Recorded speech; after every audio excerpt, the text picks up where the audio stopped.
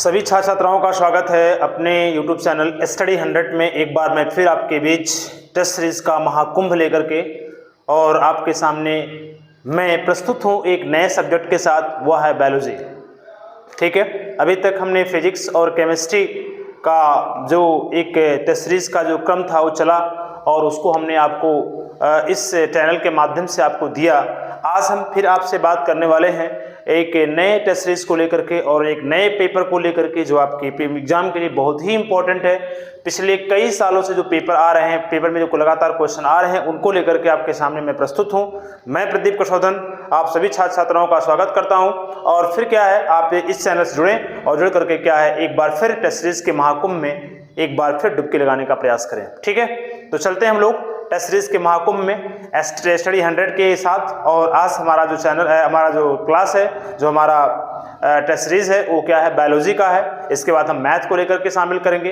एक बात और बता दे रहा हूँ कि हम जो टेस्ट सीरीज हमारा जो चल रहा है वो अभी फिलहाल फर्स्ट पार्ट का मतलब मैं जो फिजिक्स और केमिस्ट्री और बायो या मैथ जितने भी आपके हैं उनको दो पार्ट में डिवाइड किया हूं और उसको लेकर के पहले मैं इसको चल रहा हूं। आज अभी तक भी जो हमारा जो है ये फर्स्ट पार्ट ही चल रहा है। यानी बायोलॉजी में अगर देखा जाए तो मानव जनन यानी जनन जो आपका पुष्पों में लैंगिक जनन यानी पुष्पों में लैंगिक जनन से जो प्रारंभ होता है और विकास चैप्टर तक का हमने एक खंड तैयार किया है। इसके बाद में उसके आगे जो आपके हैं वो सेकंड खंड में आएंगे। फिर हम टेस्ट सीरीज का जो ऐसा क्रम है, पहले हम हाफ बुक का करते हैं, उसके बाद पूरी बुक का जो है हम एक निचोड़ निकालेंगे और सारे क्वेश्चन को आपके सामने प्रस्तुत करेंगे। तो पिछले जो कई सालों से लगातार पेपर में क्वेश्चन बने हैं, आ रहे हैं, उन्हीं क्वेश्चन को लेकर के आपके सामने मैं प्रस्तुत हूं।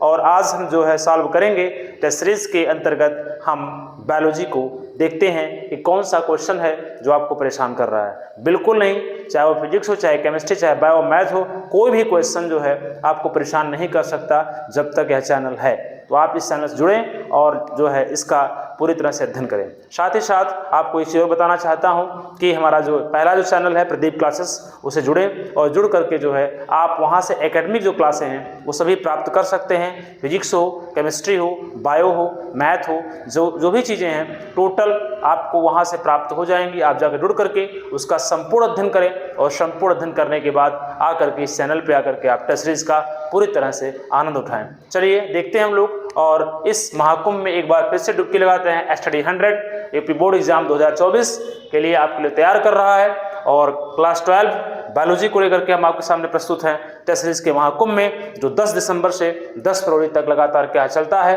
और अल्टरनेट डेज के आपको क्या है यहाँ से पेपर आपको मिलते रहेंगे। ठीक है, तो बोर्ड परीक्षा में सभी प्रश्न यहीं से आएगा, याद रखिएगा इस चीज़ को, यहाँ से कहीं भी जो है अलग नहीं हो सकता है। इसलिए मैं आपसे बता रहा हूँ कि आप जो है इससे जुड़ें और जुड़ करके पूरी तरह से लाभ प्राप्त करें।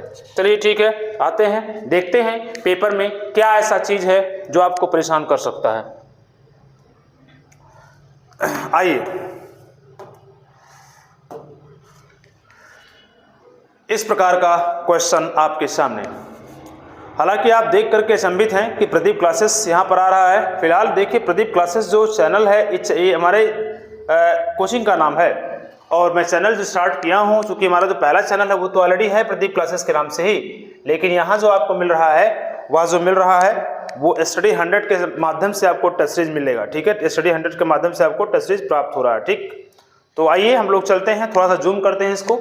और प्रदीप क्लासेस आप यहाँ देख सकते हैं बायो का यहाँ पे क्लास है, आपका बायो मिला है और ये यूपी बोर्ड पेपर 2023 और 24 के माध्यम से जो मतलब जो पिछले आपके 10 साल से जो क्वेश्चन लगातार पूछे जा रहे हैं उन्हीं को लेकर के आपके सामने प्रस्तुत हूँ। थोड़ा सा आप इसको देखिएगा। आइए हम लोग देखते हैं और आप देख सकते हैं, मैंने कहा था कि ये जो आपका पेपर है ये थोड़ा सा हटके ये होगा कि इसमें टेस्ट सीरीज में देखा जाती है बायोलॉजी का तो पेपर है, लेकिन साथ साथ देखा जाए 16 तारीख को हुआ था, आज आपका 17, 18, 19, 18 तारीख है, तो आज देखा जाए तो 2 दिन पहले पेपर हुआ ये और इसी को लेकर के आपके सामने प्रस्तुत हूँ। 70 नंबर का पूर्णांक होगा। टाइम जो हम देते हैं बता रहे हैं 2.5 घंटे का, क्योंकि 2.5 घंटे में अगर पेपर आप यहाँ पूरा कर रहे हैं तो निश्चित है आपको जो 3.25 घंटे आपको मिलते हैं बोर्ड में, उसमें आप पूरी तरह से आप क्वेश्चन करके भी आपके पास पर्याप्त टाइम बचेगा और आराम से सारे क्वेश्चन को आप कर ले जाएंगे। चलिए देखते हैं, थोड़ा सा इसको हम जूम करते हैं। किसी बच्चे का एक अनुरोध था कि वह जो है इसको सर PDF भेज दीजिए। हमने कमेंट देखा और उसमें देखा था कि उसने बोला कि सर PDF इसका भेज दीजिए। तो PDF पाने के लिए आप या तो मेरे व्हाट्सएप नंबर से जुड़ सकते हैं 9455018620, इससे जुड़ सकते हैं आप, वहाँ जुड़िए, फिर आपको PDF मिलेगा। साथ ही साथ या तो हमारे टेलीग्राम ग्रुप से जुड़ सकते हैं आप, टेलीग्राम का लिंक आपके सामने भेज दिया जाएगा। प्रदीप क्लासेस पे जाएंगे तो उसमें लिंक आपको मिल जाएगा, ठीक है, डिस्क्रिप्शन बॉक्स में लिंक डाला गया है, वहाँ से आप जाकर जुड़ सकते हैं। तो आप पहले जो है व्हाट्सएप नंबर में से जुड़े और जुड़ करके जो है मुझसे जो भी क्वेश्चन करना चाहें वो कर सकते हैं। साथ ही साथ आप जो है यहाँ से PDF भी प्राप्त कर सकते हैं, ठीक है। तो आइए देखते हैं हम लोग और बात करते हैं पहले क्वेश्चन को लेकर के। पहला क्वेश्चन क्लियर है आप लोगों का, बहुविकल्पीय प्रश्न होगा। बहुविकल्पीय प्रश्न में 4 क्वेश्चन आपके सामने इसमें पूछे जाएंगे। बाकी आप देखेंगे फिजिक्स और केमिस्ट्री में 6 क्वेश्चन होते हैं, जबकि बायोलॉजी में कितने होते हैं, ओनली 4 क्वेश्चन होते हैं। 4 क्वेश्चन के अंतर्गत देखें तो पहला आपके सामने क्वेश्चन इस प्रकार से आप देख सकते हैं, निभाग। निभाग जो है क्या है इसको देखते हैं जरा, थोड़ा सा और जूम कर दे रहे हैं और थोड़ा जूम कर रहे हैं इसको, देखिए जरा। यहां दिया गया निभाग, निभाग पाया जाता है। निभाग क्या है इसको आप देख सकते हैं, बायोलॉजी का एक, बायोलॉजी में आप देखेंगे तो मिलेगा आपको पुष्पी पौधों के लैंगिक जनन में। पुष्पी पौधों के लैंगिक जनन में जाएंगे तो निभाग जो है, यह जो पुष्पी पौधों में जो पुष्प होता है, पुष्प में नर और मादा दोनों पार्ट होते हैं, जिसे हम नर का भाग जो बोलते हैं इसे पुंकेसर कहा जाता है, जिसमें परागकण निकलता है और वर्तिकाग्र यानी क्या है, जयांग का जो ऊपरी पार्ट होता है वर्तिकाग्र वहां पर गिर करके निषेचन की प्रक्रिया प्रारंभ करता है। तो आप देखेंगे जो जयांग का पार्ट है, जयांग का जो निचला भाग होता है अंडाशय होता है। क्या होता है? अंडाशय होता है। और उसी अंडाशय में ही क्या होता है, क्या है बताया जाता है, निभाग पाया जाता है। और निभाग अगर देखा जाए तो कहाँ मिलेगा जरा बताइएगा, बीजांड में। कहाँ मिलेगा? बीजांड में मिलेगा। याद रखिएगा बीजांड में ही क्या है, निभाग पाया जाता है। आप लोगों को जा करके आप पुष्पी पौधों का लैंगिक जनन वीडियो देखें और वहां से आपको दिखाई देगा निभाग, वहां से आपको मिलेगा। जिसे हम बोलते हैं चलाजा, इसकी इंग्लिश जो होती है चलाजा होती है, जो कि बीजांड के क्या निभाग के रूप में कहा जाता है। तो बीजांड में उपस्थित होता है। ऑप्शन नंबर क्या होगा? पहले का दूसरा सही होगा। ऑप्शन नंबर दूसरा आपका सही होगा। दूसरा क्वेश्चन आपका है द्विनिषेचन क्रिया होती है। याद रखिएगा द्विनिषेचन क्रिया क्या मानव में होती है? बिल्कुल नहीं। द्विनिषेचन क्रिया कहाँ होती है? पुष्पी पौधों में होती है। लेकिन किस पुष्पी पौधे में? आवृत बीज। याद रखिएगा यहाँ पर देखा जाए शैवालों में बिल्कुल नहीं, बायोफ्राइटस में बिल्कुल नहीं, अनावृत्ति बीजी पौधों में बिल्कुल नहीं, आवृत बीजी पौधों में। क्या होगा? आवृत बीजी पौधों में ही क्या होता है, निषेचन की प्रक्रिया, द्विनिषेचन की प्रक्रिया होती है आवृत बीजी पौधों में। याद रखिएगा ऑप्शन नंबर क्या होगा इसका? 4 सही होगा। क्वेश्चन नंबर खा का। आगे चले, आगे चलने क्रम में देखा जाए तो टेस्टोस्टेरोन हार्मोन का स्रावण होता है। टेस्टोस्टेरोन हार्मोन का स्रावण कहाँ होता है इसको देख लेते हैं हम लोग। टेस्टोस्टेरोन का जो हार्मोन स्रावण, टेस्टोस्टेरोन कहाँ पाया जाता है? टेस्टोस्टेरोन जो होता है ये टेस्टिस में पाया जाता है। टेस्टिस मतलब मानव का जो स्क्रोटम है, स्क्रोटम मतलब टेस्टिस। टेस्टिस क्या होता है? अंडाशय। स्क्रोटम के अंदर क्या 2 टेस्टिस होते हैं, स्क्रोटम एक ही है। टेस्टिस कितने होंगे? 2 होंगे।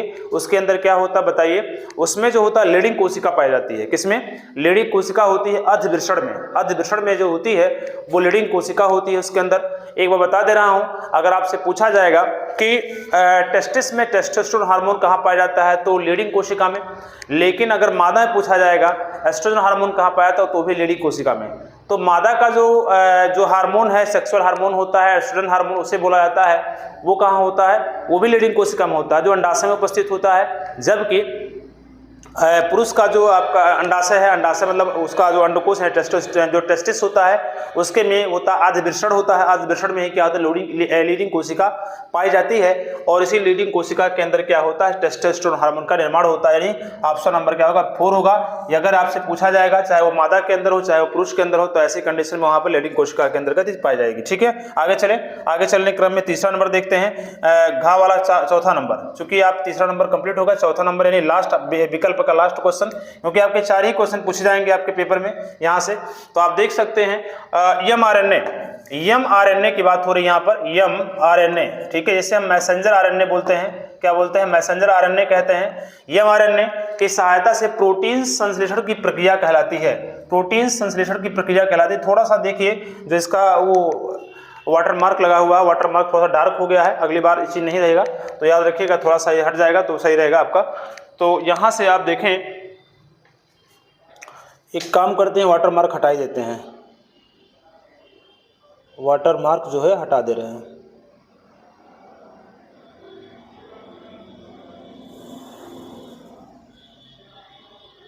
देखिए वाटर मार्क हट गया, अब आपका ठीक हो गया, अब आपको दिखाई दे रहा होगा, ठीक है, वाटर मार्क हट गया, अब आपको दिखाई दे रहा होगा। तो चलिए अब देखते हैं, हम लोग थोड़ा सा आगे बढ़ते हैं और देखते हैं इस प्रक्रिया को। तो आरएनए जो होता है mRNA, यानी यम हो गया आरएनए की बात करें, mRNA की बात करें हम, तो mRNA की सहायता से प्रोटीन संश्लेषण की प्रक्रिया जो होती है कहाँ पर क्या कहलाती है? तो प्रोटीन संश्लेषण की क्रिया होती है अनुवादीकरण। क्या होगा बताइए? अनुवादीकरण। इसे क्या कहेंगे? अनुवादीकरण बोलेंगे। अनुवादीकरण होती है जो प्रोटीन संश्लेषण क्रिया क्या कहलाती है, ठीक है, याद रखिए कैसे इसको। अनुवादीकरण होती है क्या? प्रोटीन संश्लेषण की जो क्रिया कहलाती है उसे क्या कहते हैं? अनुवादीकरण कहते हैं, ठीक है। तो इनको आप नोट कर लीजिएगा, ये आपके 4 ऑप्शन होंगे। पहला आपका हो गया, पहला आपका निभाग कहाँ पाया जाता है? बीजांड में। दूसरा द्विनिषेचन क्रिया कहाँ होती है? द्विनिषेचन क्रिया कहाँ होती है? आवृतबीजी पौधों में होती है, ऑप्शन नंबर 4 से होगा। टेस्टोस्टेरोन जो हार्मोन होता है वो लीडिंग कोशिका में द्वारा होता है, और जो mRNA की स्थिति सहायता से प्रोटीन संश्लेषण की जो प्रक्रिया होती है वो क्या कहलाती है? अनुवादीकरण कहलाती है। इस चीज को आप क्या करेंगे? तैयार रखेंगे। तो ये ऑप्शन नंबर 4, आपके 4 ऑप्शन कंप्लीट हो गए, ठीक है। इसका अगर PDF चाहिए तो आप लोगों को करना क्या है? आपको व्हाट्सएप नंबर पर जाना है, हमसे जुड़ना है और जुड़ करके मुझसे PDF ले लेना, ठीक है, जिससे क्या हो आपकी पूरी तैयारी हो सके और सारा पेपर आपके सामने हो सके।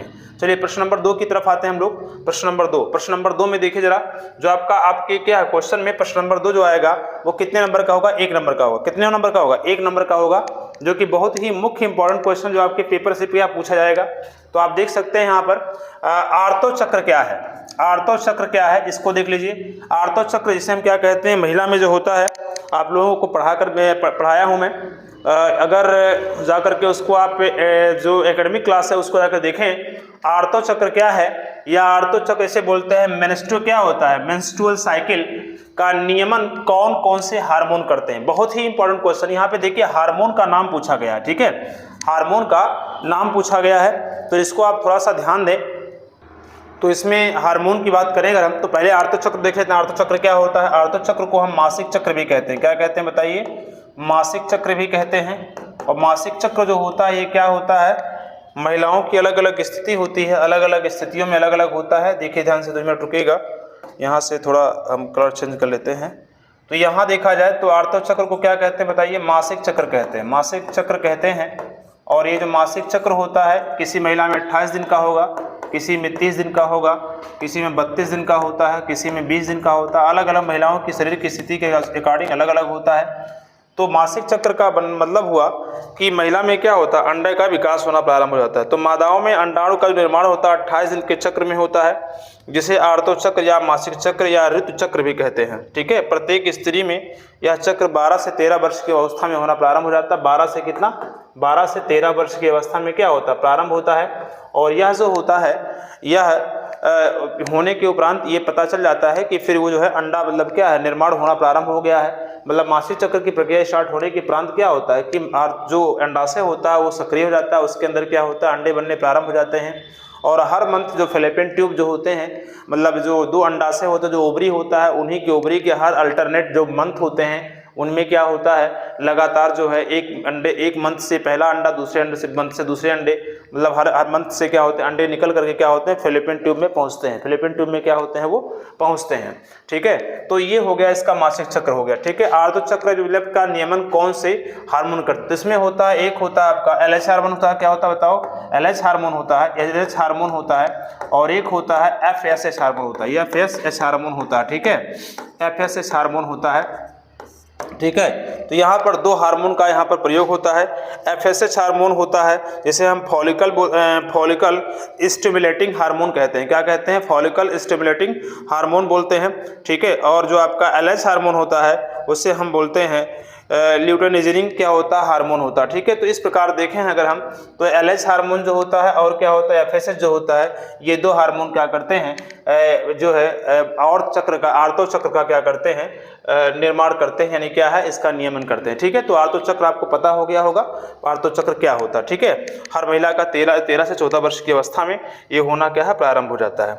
और ये बताता है कि क्या है, अंडा ये बनना प्रारंभ हो गया है और यह चक्र अंडा का निर्माण करता है और इसके प्रारंभ होने के साथ ही मादा जो है गर्भ धारण करने में क्या होती है, सक्षम हो जाती है। और यह जो चलता है, कितना चलता है, 40 से 45 वर्ष, 40 से 45 वर्ष तक चलता है। उसके बाद में ऑटोमेटिक क्या होता है, ये बंद हो जाता है, नहीं खत्म हो जाता है, ठीक है, क्योंकि इस हार्मोन का रिसाव भी क्या होता है, उस समय बंद हो जाता है, ठीक है। तो ये तरह आप ये तैयार रखिएगा। आगे चलते हैं। अनुवांशिक रोग क्या है? अनुवांशिक रोग क्या है? मनुष्य में इस रोग के 2 उदाहरण लिखिए। अनुवांशिक मतलब होता है जो पीढ़ी दर पीढ़ी, मतलब ऐसा रोग जो लगातार पीढ़ी दर पीढ़ी क्या है, चलती जा रही है। जैसे आपका वर्णांता का से हो गया, जैसे आप जो देखते हैं कि इसमें हीमोफीलिया हो गया, तो ये अनुवांशिक रोग के अंतर्गत आते हैं। अनुवांशिक रोग के अंतर्गत देखा जाए तो ऐसे रोग जो लगातार क्या है, पीढ़ी दर पीढ़ी लगातार क्या होते हैं, एक दूसरे व्यक्ति में लगातार बढ़ते रहते हैं, तो ऐसी स्थिति को हम क्या कहते हैं, अनुवांशिक रोग कहा जाता है। इसके 2 नाम दे सकते हैं, आप दे सकते हैं हीमोफीलिया दे सकते हैं, और क्या दे सकते हैं, वर्णांता दे सकते हैं। आगे बढ़ने क्रम में देखा जाए, ये अनुलेखन इकाई में देखो, यहाँ से क्वेश्चन बहुत अच्छा क्वेश्चन एग्जाम में पूछा गया, कई बार पूछा गया है, और यह क्वेश्चन आप देखेंगे डीएनए और आरएनए से है। ये क्वेश्चन कहाँ से है? डीएनए और आरएनए से है, ठीक है। तो एक बात याद रखेंगे, अनुलेखन, यदि अनुलेखन इकाई में कूट लेखन रज्जुक के अनुक्रम को नियमित लिखवा गया है, क्या लिखा है यहाँ पर, 5 से 3 तक दिया गया है। Adenine thymine guanine cytosine, adenine thymine guanine cytosine, adenine thymine guanine cytosine, adenine thymine guanine cytosine, adenine thymine guanine cytosine. तो ये जो आपका है, ये तो द्रुत आरएनए का क्या निकालना है आपको, इसका मान याद करना है, मतलब आरएनए का इसका जो है उसको व्याख्यात करना है। तो यहाँ अगर देखें हम, तो पहले इसका कूट लेखन रज्जुक प्राप्त हुआ है, तो पहले टेम्पलेट बनाते हैं, क्या निकालते हैं, टेम्पलेट बनाते हैं। इसका 3 से 5 बनाते हैं, पहले क्या बनाएंगे, 3 से 5 बनाएंगे इसका। तो 3 से जब 5 बनाएंगे हम, 3 से क्या बनाएंगे, 5 तक। तो 3 से अगर 5 बनाते हैं तो एडेनिन का संबंध किससे होता है? एडेनिन का संबंध जो होता है वो होता है किससे, थायमिन से, और थायमिन का संबंध एडेनिन से होता है। ग्वानिन का संबंध साइटोसिन से होता है, साइटोसिन का संबंध किससे होता है, ग्वानिन से होता है। तो पहले इसका एक टेम्पलेट बनाते हैं, इन्हें टेम्पलेट देख लेते हैं। इसका टेम्पलेट अगर देखेंगे तो एडेनिन का संबंध किससे हो जाएगा, थायमिन से। थायमिन का संबंध बताओ एडेनिन से। ग्वानिन का संबंध साइटोसिन, फिर क्या होगा, साइटोसिन का ग्वानिन से, फिर क्या होगा, एडेनिन, थायमिन हो गया, फिर एडेनिन, फिर ठीक है, फिर क्या हो जाएगा यहाँ, ग्वानिन के साथ क्या होगा, साइटोसिन, साइटोसिन के साथ ग्वानिन, फिर किसके साथ, थायमिन, फिर एडेनिन, फिर क्या हो जाएगा, साइटोसिन, फिर ग्वानिन, फिर क्या हो जाएगा, thymine, adenine, cytosine, guanine, thymine, adenine, cytosine, guanine, thymine, adenine, cytosine और ग्वानिन, ठीक है। ये 5 हो जाएगा, इसका टेम्पलेट रूप हो गया, कितना हो गया, 5 हो गया। अब इसके बाद में करना क्या है आपको, इसका जो है दूत आरएनए का लिखना है। तो आरएनए के लिखने के लिए क्या करेंगे आप, जहां पर आपका थायमिन है वहीं पर क्या हो जाएगा, इसका यूरेसिल आ जाएगा। जहां थायमिन होगा वहां पर क्या आ जाएगा, यूरेसिल आ जाएगा, बकिया सब आपका वैसे रहेगा। तो इसका अगर देखें आरएनए की बात करें अगर हम, आरएनए बनाएगा, इसका क्या निकालें, आरएनए बनाएगा इसका हम, तो क्या हो, जहां थायमिन है वहां पर इसको लेकर के 5 से 3 की बात कर रहा हूं, 5 से 3 में निकालना पड़ेगा इसको, तो इसका तो टेम्पलेट हो गया। 5 से 3 जो आपका 3 से 5 बनाए तो इसका टेम्पलेट हो गया। लेकिन अगर इसका मैं बताऊं, अगर इसका आरएनए बनाना हो तो एडेनिन है, जहां पर एडेनिन तो रहने दीजिए, थायमिन के स्थान पे क्या, यूरेसिल आ जाएगा। फिर क्या होगा, ग्वानिन, साइटोसिन, एडेनिन, फिर यूरेसिल, फिर क्या होगा, ग्वानिन, साइटोसिन, एडेनिन, फिर यूरेसिल, फिर ग्वानिन, साइटोसिन, एडेनिन, यूरेसिल, फिर ग्वानिन, साइटोसिन, एडेनिन, क्या होगा, यूरेसिल, फिर ग्वानिन, साइटोसिन, एडेनिन, यूरेसिल, फिर ग्वानिन, साइटोसिन। इस प्रकार से देखा जाए तो आपका जो होगा ये आरएनए का क्या हो जाएगा, विकास हो जाएगा। इस प्रकार से देखें तो आरएनए का क्या हो जाएगा, ये निर्माण हो जाएगा। तो आरएनए निर्माण की स्थिति को आप जब बता दें तो ये आपका आरएनए जो है रज्जुक बनेगा आपका। तो कहाँ से बनेगा, 5 से 3 तक। जैसे 5 से 3 तक आपका डीएनए का था, ये अनुलेखन कूट था, इसी प्रकार से देखा जाए तो 5 से क्या होगा, 3 तक, यहाँ तक क्या हो जाएगा, आरएनए का ही जो होगा आपका ये जो है क्रमदूत होगा, ठीक है, क्रम होगा। तो ये चीजें आप याद रखिएगा। तो ये आप इसको नोट करना हो तो नोट कर लिए। फिर आगे हम बढ़ें, आगे बढ़ने क्रम में देखें तो आगे चले तो बात करते हैं अवशेषी अंग क्या होता है। इसको आपको पीडीएफ प्राप्त करना, बार बार बोल रहा हूँ कि हमारे व्हाट्सएप में जुड़े, जिससे पीडीएफ मिल जाएगा आपको।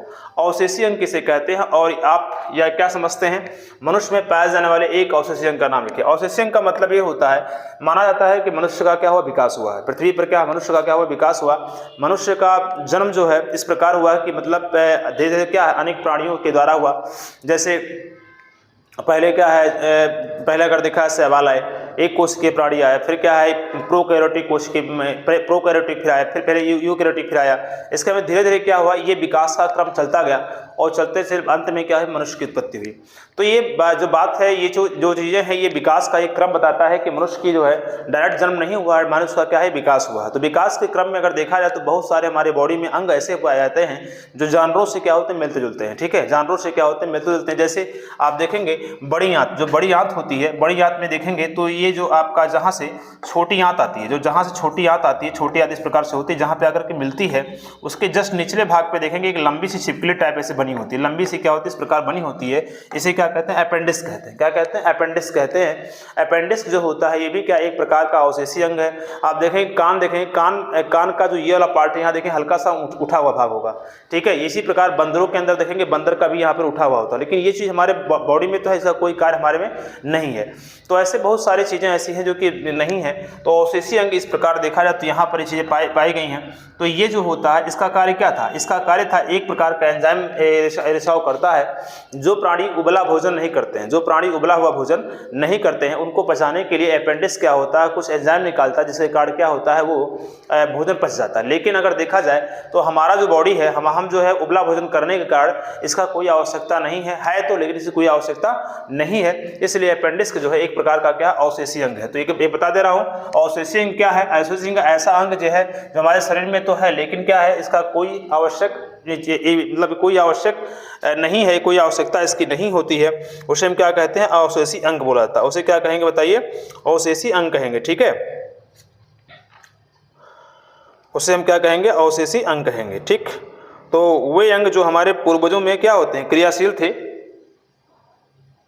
ऐसे अंग जो है जो हमारे पूर्वजों में क्या थे, क्रियाशील थे, किंतु उसका उपयोग ना होने के कारण धीरे धीरे क्या लुप्त होते गए और केवल अवशेष के रूप में क्या है पाए जाते हैं। उसे क्या कहते हैं, अवशेषीय अंग कहते हैं। जैसे हमारे शरीर में क्या है, अपेंडिक्स की बात करें, जैसे हमारे शरीर में क्या है, पूंछ की स्थिति थी, पूंछ क्या है, धीरे धीरे नहीं पाई गई तो समाप्त हो गई, लेकिन उसकी जो हड्डी है, जो उसका स्थान है, वो चीज़ बना हुआ है।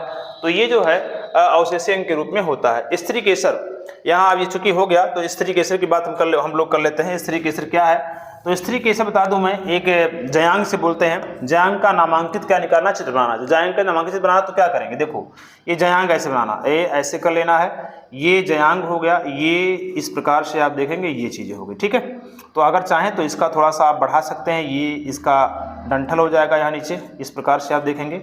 और ये इसका जो देखें तो ये है पुंकेसर का भाग हो जाएगा, यानी क्या है, जो पुरुष का ये इसमें जो नर का पार्ट होता है ये हो गया।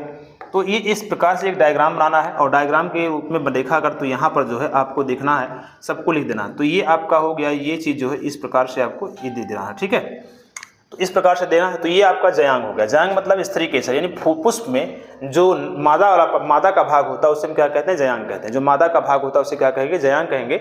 और जयांग में देखा है 3 पार्ट होते हैं। जैसे पहला पार्ट क्या होता है, वर्तिकाग्र होता है। आपको करना क्या है, वर्तिकाग्र होता है। तो आपको करना क्या है कि आपको इसका जो है, इसका केवल नामांकित चित्र बनाना। 1 नंबर का क्वेश्चन है, तो वर्तिकाग्र हो गया।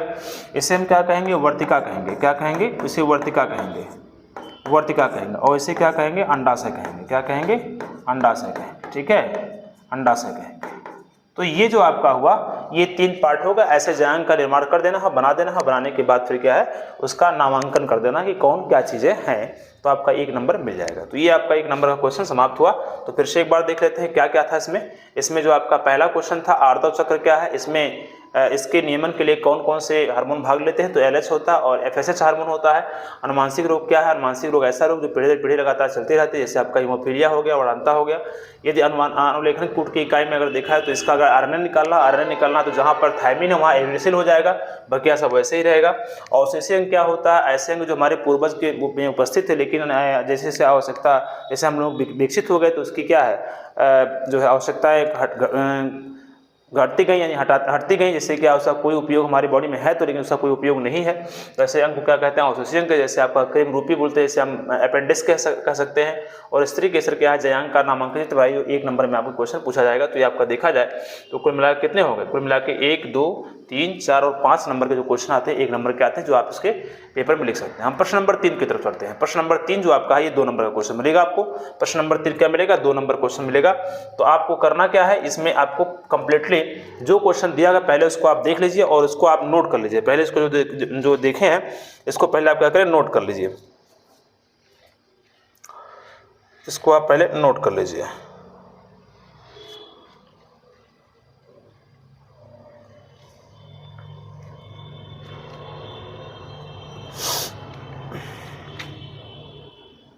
हो गया?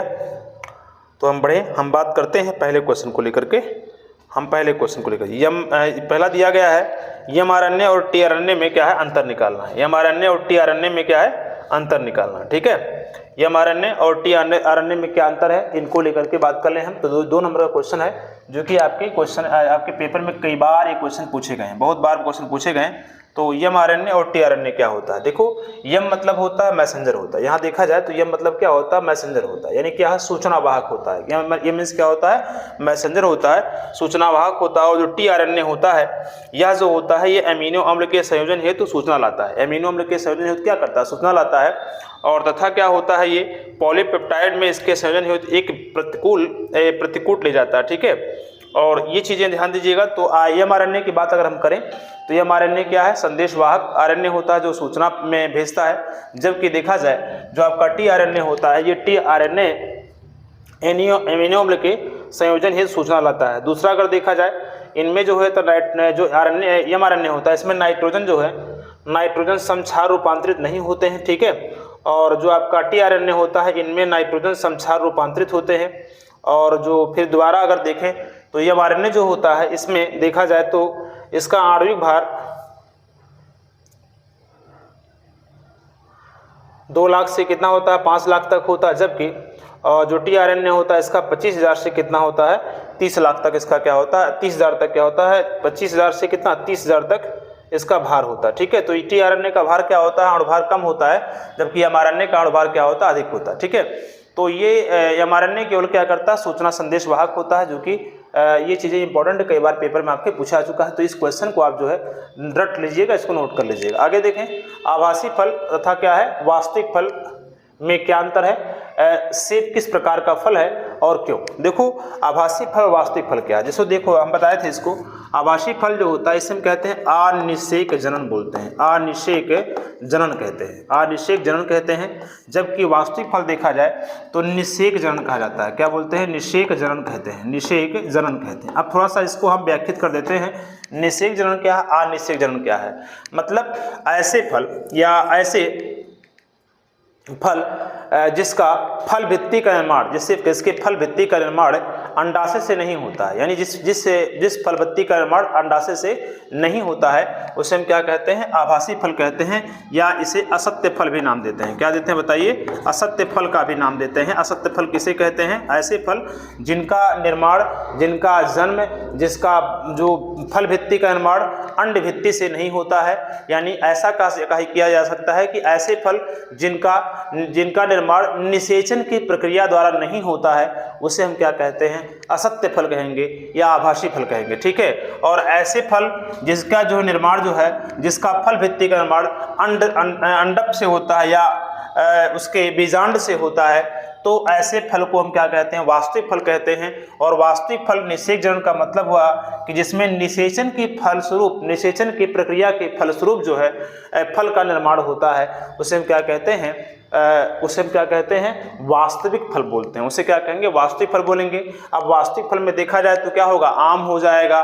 ठीक है, आप कद्दू ले सकते हैं, आप लौकी ले सकते हैं, तोरी ले सकते हैं, और भी न जाने जितने मांसलदार फल हैं इन सब की आप चर्चा कर सकते हैं। या यूँ कहा जा सकता है ऐसे फल जिनका उपयोग करने जिनका बीज क्या हो जिनका बीज है वो क्या है लगाने पर नए पौधे का क्या हो जाए विकास हो जाता है। ऐसे फल को अगर देखा जाए तो हम क्या कहेंगे वास्तविक फल बोलेंगे या निषेक जनन फल बोलेंगे। निषेक जनन होता है आभासी फल क्या होता है जिनमें बीज नहीं होते हैं, बीज रहित फल को बोला जाए। या फिर अगर देखा सेब भी क्या है, सेब की जो फल भित्ति का निर्माण होता है वो अंड क्या है बीजांड द्वारा नहीं होता है। इसलिए देखा जाए तो सेब किस प्रकार का फल है, सेब जो है एक आभासी फल है जो कि अनिषेक जनन होता है, यानी बिना निषेचन के ही क्या होता है फल का निर्माण होता है किसका सेब का। ठीक है, इसलिए इसका बीज अगर लगाते हैं तो आप नहीं लगेगा।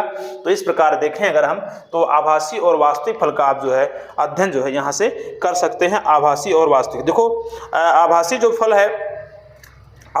फल है उसमें आपका अंगूर भी आ जाएगा, उसमें आपका अनानास भी आ जाएगा, उसमें नहीं, अंगूर नहीं, अंगूर तो वो है उसका सत्य फल है। अनानास हो जाएगा, सहतूत हो जाएगा, सहतूत, सेब है, सहतूत है, अनानास है, ये सब जो फल आते हैं वो सब क्या होते हैं, आपके आभासी फल के अंतर्गत आते हैं। ठीक है, अगले क्वेश्चन की ओर चलते हैं। अगला क्वेश्चन जो आपके सामने है वह है प्लेसेंटा। क्या दिया गया है, प्लेसेंटा क्या है। ठीक, क्वेश्चन नंबर 2 दिया गया है प्लेसेंटा, सॉरी क्या दिया है, हाँ प्रश्न नंबर 3 का ग, प्रश्न नंबर 3 का गा की बात हम कर लें तो प्रश्न नंबर 3 के गा में चलें तो क्या होता है, प्लेसेंटा क्या है, प्लेसेंटा क्या है।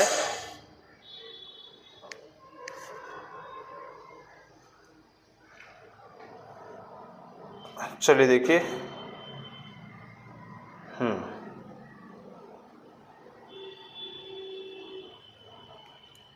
प्लेसेंटा क्या है, जिसे हम अपरा कहते हैं, अपरा कहते हैं। और यस पे टिप्पणी लिखने के लिए एग्जाम में कई बार पूछा गया, और यह जो क्वेश्चन आया है यह पेपर में आपके 2020, 2022 और 2023 में आया है। कब आया है, 20 में आया है, और कब आया है, 22 में, क्योंकि 21 में पेपर तो हुआ नहीं था, और 23 में आया। ठीक है, 20 में आया है, 22 में आया और 23 में आया है। अगर हम 21 को इसमें शामिल कर लें तो लगातार ये 4 साल से क्वेश्चन पूछा जा रहा है। ठीक है, तो प्लेसेंटा क्या है, प्लेसेंटा आप जानते हैं मानव भ्रूण का, जब जो है महिला जो प्रेग्नेंट होती है और जब क्या होता है यूट्रस में जाकर के जो ब्लास्टोमेयर्स चिपकता है तो वहां से प्लेसेंटा का फिर क्या होता है, निर्माण होता है।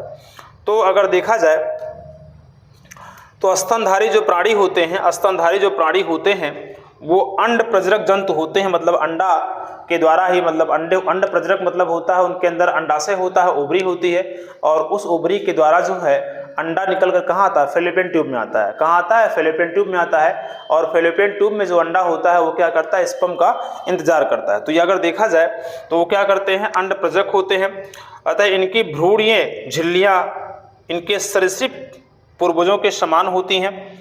ठीक है, तो स्तनधारी में भ्रूण का विकास माता के गर्भाशय में होता है। ठीक है, भ्रूण का जो विकास होता है वो कहाँ से होगा, माता के गर्भाशय में होता है। और इसमें देखा जाए इनमें माता तथा भ्रूण के रक्त के मध्य विभिन्न पदार्थों के विनिमय हेतु भ्रूण की भ्रूणीय झिल्लियां मुख्यतः जरायु या अपरा कोशिका गर्भाशयी दीवार के निकट स्थित होती हैं। भ्रूण की भ्रूणीय झिल्लियां एवं स्त्री की गर्भाशयी श्लेष्मिका मिलकर बनी होती हैं। तो एक चीज़ बता दूं मैं यहाँ पर, अगर देखा जाए तो जो अपरा है, जो प्लेसेंटा है वो कहाँ होता है, जैसे मान लीजिए ये है,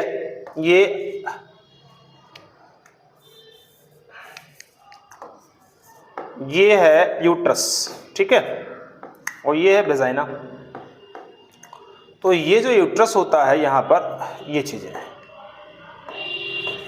फेलोपियन ट्यूब की तरफ जाए गुंबदाकार होते हैं, ये गुंबदाकार होता है ऊपर, ठीक है, ये फेलोपियन ट्यूब की तरफ जाएगा। तो ये जो पार्ट होता है बीच का, ये होता है गर्भाशय। ठीक है, तो जब किसी भी स्पर्म द्वारा, किसी भी चाहे वो मानव के अंदर हो या फिर जंतुओं के अंदर हो, स्पर्म द्वारा जब अंडे का निषेचन होता है तो फिर वहाँ पर क्या होता है, पहले युग्म बनते हैं, यानी क्या होता है उसमें पहले 2 कोश का विभाजन होगा, फिर क्या होगा उसमें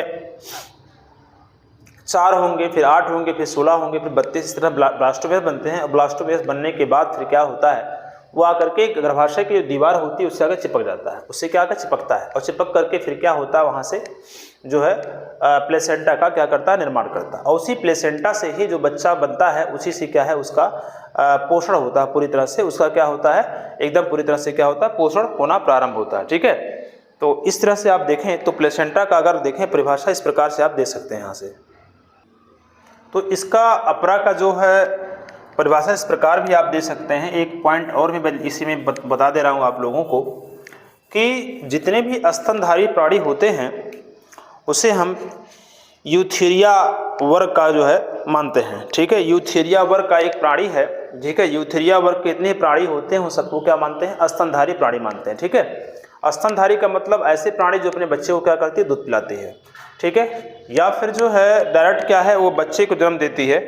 तो अपरा जो होता है यूथेरिया अधिवर्ग के स्तनधारी प्राणियों में पाया जाता है। ठीक है, मानव एवं उच्च स्तनधारियों में भ्रूण माता से जिस रचना द्वारा संबंधित रहता है उसे हम क्या कहते हैं, अपरा कहते हैं, यानी प्लेसेंटा कहते हैं। प्लेसेंटा से ही क्या होता है, बच्चे का और भ्रूण से क्या होता है, बिल्कुल सीधा कनेक्शन होता है। और उसे हम क्या कहेंगे, अपरा कहेंगे। ठीक है।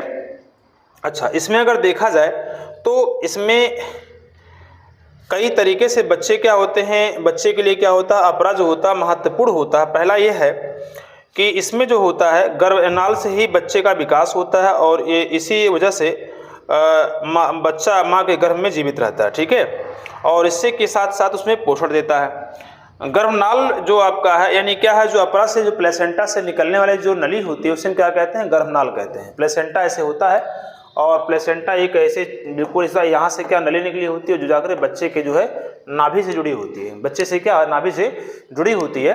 तो अगर देखा जाए यहाँ पर, तो अगर देखें यहाँ पर तो एक कई तरह से क्या है बच्चे के लिए क्या होता है, महत्वपूर्ण होता है। कई तरह से जो है बच्चे के लिए क्या होगा, महत्वपूर्ण होगा। तो यहाँ पर देखें तो ये जो गर्भनाल होता है वो शरीर में लैक्टोजन के बनाने की मदद करता है और जो माँ को शरीर से क्या है दूध बनाने की प्रक्रिया को प्रेरित करता है। और दूसरे अगला है कि गर्भनाल माँ जो गर्भनाल होता है, जो प्लेसेंटा से निकला हुआ जो नली होती है वह माँ और बच्चे को जोड़ने का काम करती है और माँ में जो भी खाती है उसका आहार जो होता है बच्चे को क्या है पोषण के रूप में प्राप्त होता है। तो ये आप अपरा के रूप में अलग अलग से टिप्पणी इसको जोड़ सकते हैं, इसमें लिख सकते हैं। और ये यूरिथेरिया वर्ग का जो स्तनधारी प्राणी है उसी के अंदर चीज आते हैं। अच्छा ठीक है, आगे चले देखिए घ नंबर की बात कर लेते हैं। ये क्वेश्चन भी आपके लिए इंपॉर्टेंट है, नया क्वेश्चन है। क्या है, किसी व्यक्ति को यौन संचारित रोग में जैसे आपका सिफिलिस आ गया, गोनोरिया आ गया और भी तमाम ऐसे रोग होते हैं जो यौन संक्रमण द्वारा क्या होते हैं, फैलते हैं। तो किसी व्यक्ति को यौन संचारित रोग के संपर्क में आने से बचने के लिए किस प्रकार का उपाय अपनाने के लिए आप कह सकते हैं उसे, किसी एक यौन संचारित रोग का क्या लिखिए, नाम लिखिए। तो इसमें आप सिफिलिस लिख दीजिएगा। क्या लिखेंगे, सिफिलिस लिख दीजिएगा। सिफिलिस भी एक प्रकार का क्या रोग है। और देखा जाए इसमें गोनोरिया भी आपका क्या है, एक रोग है जो कि क्या फैलता है। तो ये आप सब यौन संबंधी रोग हैं। इन्हें जननांग संबंधी क्या है रोग फैलते हैं, उसे हम क्या कहते हैं, जो है यौन संबंधी रोग बोला जाता है। तो किसी व्यक्ति में यौन संचारित रोग है तो उसमें क्या बचाएं के लिए कहेंगे। देखिए, जब यौन संचारित रोग है तो अगर या तो वो मादा में हो सकता है तो पुरुष में होगा, हालांकि मैक्सिमम जो होता है मादाओं में ही होता है और उसके द्वारा जो है पुरुष में फैल सकता है। ठीक है। तो अगर देखा है तो इसमें क्या है, इसमें जो है जब भी मैथुन क्रिया प्रारंभ करते हैं तो उसमें तमाम प्रकार के बचाव रख सकते हैं। ठीक है। बचाव में आप तमाम इसमें सहायता जो है आजकल के समय में तमाम चीज़ें ऐसी हैं जो कि इसके द्वारा हम जो है बचाव कर सकते हैं। तो तमाम तरीके से आप उसको बता सकते हैं। जैसे आप दे सकते हैं उसे कि सहवास यानी क्या है, जब स्त्री पुरुष संसर्ग में आते हैं यानी मैथुन क्रिया जब प्रारंभ होती है उसमें क्या है, अगर यौन संबंधी रोग कोई है, महिला मादा को है या फिर कुछ भी है तो उसमें क्या है कंडोम्स का इस्तेमाल करें। किसका इस्तेमाल कर सकती है वो, कंडोम का इस्तेमाल कर सकते हैं, जिससे क्या इसका बचाव हो सकता है। दूसरा हो सकता है कि समलैंगिकता जो है उससे दूर रहें और जो है परगामी जो व्यक्ति है उसे यौन संबंध बनाने से क्या है बचें। मतलब क्या है, जैसे जो असुरक्षित यौन संबंध है इससे क्या है बचें। ठीक है। वेश्यावृत्ति से क्या है दूर रहें। ठीक है। ये तमाम ऐसी चीज़ें हैं जिनके द्वारा जो है इन सब रोगों से क्या है बचा जा सकता है। ठीक है। क्योंकि यौन संचारित रोग है तो यौन संचारित रोग होने के कारण जो है ये यौन संबंधी जो क्रियाओं के द्वारा ही क्या होता है फैलता है या यौन लैंगिक प्रक्रियाओं द्वारा ही क्या है फैलता है। तो इसमें आप कंडोम्स का इस्तेमाल कर सकते हैं या फिर और भी तमाम चीज़ें हैं जिसमें उससे दूरी बना सकते हैं कि जो है जब तक ये चीज़ें हैं तब तक वो उसमें साथ ना जाएं। साथ ही साथ जो है इसमें और भी चीज़ों का बचाव कर सकते हैं, एंटीसेप्टिक का प्रयोग करके उसको सही कर सकते हैं। ठीक है। उसमें किसी प्रकार का यौन समस्या होने पर कुशल चिकित्सा से परामर्श ले सकते हैं। अनजान व्यक्ति से यौन संबंध बनाने से बचाए रख सकते हैं या असुरक्षित यौन संबंध से क्या दूर रह सकते हैं। तो ये तमाम चीज़ें ऐसी हैं जिससे जो है बचा जा सकता है। तो ये सब चीज़ें आप किसी व्यक्ति को क्या बता सकते हैं। ठीक है। अच्छा, ये चीज़ें आप खत्म हो गई। अब आगे बात चलते हैं, लास्ट बात पॉइंट करते हैं, टर्नर सिंड्रोम क्या है। देखो, टर्नर सिंड्रोम एक आता है, एक डाउन सिंड्रोम आता है। तो टर्नर सिंड्रोम और डाउन सिंड्रोम क्या है, इनको लेकर के हम बात कर लेते हैं आपसे। आइए देखिए, तो टर्नर सिंड्रोम जो है ये कहाँ, देखो एक होता है डाउन सिंड्रोम होता है, एक होता है डाउन सिंड्रोम होता है, डाउन सिंड्रोम, और एक होता है क्या टर्नर सिंड्रोम। दो चीज़ें होती हैं। तो डाउन सिंड्रोम और टर्नर सिंड्रोम में क्या है, देखो मानव में जो होता है मैक्स जो है वो चाहे महिला हो चाहे वो पुरुष हो। ठीक है। चाहे वो महिला हो चाहे वो पुरुष हो। तो उसमें अगर देखा जाए तो पहले हम बात कर लेते हैं सब पूरा कंप्लीट। तो इसमें अगर देखा जाए तो 46 गुणसूत्र होते हैं। कितने होते हैं, 46 गुणसूत्र होते हैं। गुणसूत्र मतलब क्रोमोसोम की बात हम कर रहे हैं। तो कितने होते हैं, 46 होते हैं। इन्हीं से बोला गया 23 जोड़ी क्या होते हैं गुणसूत्र पाए जाते हैं उसके अंदर। जब 23 जोड़ी गुणसूत्र इसके अंदर पाए जाते हैं तो उसमें देखा जाए तो जो 22 जोड़ी होते हैं, 22 जोड़ी जो गुणसूत्र होते हैं उसे हम क्या कहते हैं, ऑटोसोम्स कहते हैं। क्या बोलते हैं, उससे हम 22 जोड़ी गुणसूत्र को क्या कहेंगे, हम ऑटोसोम्स बोलेंगे। इसमें जो महिला हो चाहे पुरुष हो, सब में दोनों में समान होता है। इसे आलिंगी गुणसूत्र बोलते हैं। क्या बोलते हैं, आलिंग गुणसूत्र बोलते हैं, क्योंकि इससे लिंग का निर्धारण नहीं हो सकता है। जबकि हम बात करें अगर 23वां जोड़ी की, तो 23वां जोड़ी जो गुणसूत्र होता है वो महिला में क्या होता है, XX होता है, और पुरुष में क्या होता है बताओ, XY होता है। क्या होता है, YXY होता है। और यही जो होते हैं लिंग गुणसूत्र होते हैं। लिंग गुणसूत्र कितने होते हैं, एक होगा, और जो इसे हम बोलते हैं सेक्सुअल क्रोमोसोम बोलते हैं या सेक्स क्रोमोसोम बोलेंगे। और जो ऑटोसोम्स होते हैं, ऑटोसोम्स कितने होते हैं, 22 जोड़ी होते हैं। तो ये जो होते हैं आलिंग गुणसूत्र होते हैं। अब देखो सिंड्रोम क्या है, देखो सिंड्रोम जो होता है ये इसी 22 जोड़ी जो गुणसूत्र होते हैं इसी में क्या है, परिवर्तन हो जाना। परिवर्तन क्या होता है, देखो परिवर्तन नहीं हो जाना, जहाँ पे 46 गुणसूत्र हैं वहाँ अगर 47 हो जाए, एक बढ़ जाए, ठीक है, एक बढ़ जाए, याद रखिएगा, अगर वह एक बढ़ जा रहा है और जहाँ 46 है वहाँ पर एक कम हो जा रहा है, अगर बढ़ जा रहा है तो उसे डाउन सिंड्रोम कहेंगे। क्या बोलेंगे बताओ, डाउन सिंड्रोम बोलेंगे, डाउन सिंड्रोम कहेंगे, ठीक है, डाउन सिंड्रोम कहेंगे, ठीक है। जो 21वां जोड़ी होता है, 21वां जोड़ी में जो गुणसूत्र होता है उसमें एक और बढ़ जाता है, जिससे क्या होता है, जैसे मान लीजिए XX दिया है तो उसमें X और एक बढ़ जाएगा, ठीक है। तो ये क्या होता है, डाउन सिंड्रोम बोला जाता है। और अगर एक कम हो यानी 45 हो गया, यहाँ पर क्या हो 47 हो जाएगा, यहाँ पर क्या होगा 47 हो जाएगा, यानी जो डाउन सिंड्रोम होगा उसमें कितना होगा, 47 होगा। जबकि इसमें अगर देखा 46 से एक कम हो जाए तो उसे क्या कहेंगे, 45, यानी इसे टर्नर सिंड्रोम कहेंगे। बताओ क्या कहेंगे, टर्नर सिंड्रोम कहेंगे, टर्नर सिंड्रोम, ठीक है, ये कहेंगे टर्नर सिंड्रोम बोलेंगे, टर्नर सिंड्रोम बोलेंगे, ठीक है। तो याद रखिएगा ये चीजें होती हैं। टर्नर सिंड्रोम और डाउन सिंड्रोम मतलब इस प्रकार से देखा जाए तो 46 गुणसूत्र अगर है तो 46 गुणसूत्र में अगर बढ़ रहा है 47 हो रहा है तो डाउन सिंड्रोम के रूप में बोला जाएगा। और अगर 46 में एक कम हो जा रहा है तो उसे क्या कहेंगे, टर्नर सिंड्रोम कहेंगे। जो मैक्सिमम जो होता है जिसे एक एकल लिंग गुणसूत्र भी कहते हैं, इसे एकल लिंग गुणसूत्र भी होता है।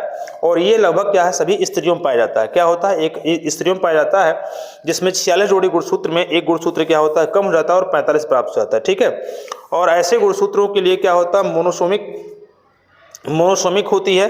और इसमें क्या होता है, इसमें जो टर्नर सिंड्रोम होता है इसके अंतर्गत देखा जाए तो जो महिला होती है उसका कद जो होगा वो छोटा होगा और जननांग जो होगा अल्प विकसित होगा। जननांग कैसा होगा, अल्प विकसित, यानी पूरी तरह विकास उसका नहीं होगा। साथ साथ वक्ष जो होता है चपटा रहता है, वक्ष मतलब चपटा रहता है, यानी जो स्तन होंगे वो कैसे रहेंगे, बिल्कुल चपटे रहेंगे, उनका विकास बिल्कुल नहीं हो सकता है।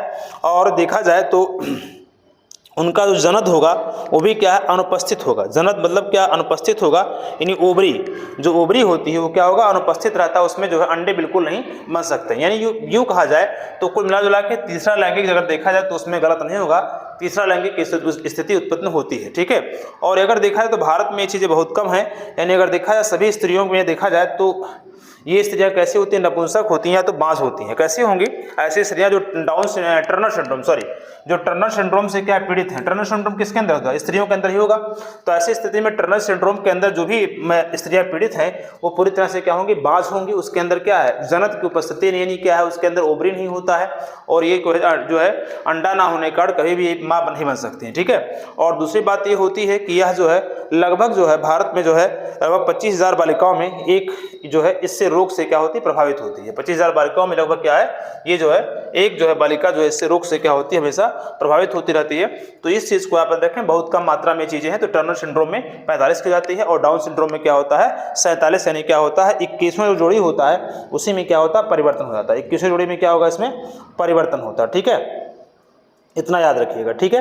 तो मनुष्य में यह गुणसूत्र पाया जाता है, 46 के स्थान पर क्या इतना होता था, 47 हो जाता है। इसमें क्या हो जाएगा, डाउन सिंड्रोम में देखा 47 गुणसूत्र वाले जो संतान होते हैं उनकी मस्तिष्क जो होती है अल्प विकसित होती है, सिर जो है गोल होता है, होंठ नीचे की ओर लटका हुआ होगा, माथा जो होता है अनावश्यक रूप से चौड़ा होता है, त्वचा जो होती है खुरदरी होती है, आंखें तिरछी होती हैं, पलकें वलित होती हैं और मुंह हर समय क्या खुला रहता है, मंद बुद्धि के होते हैं, इनके जननांग तो सामान्य होते हैं किंतु नपुंसक होते हैं।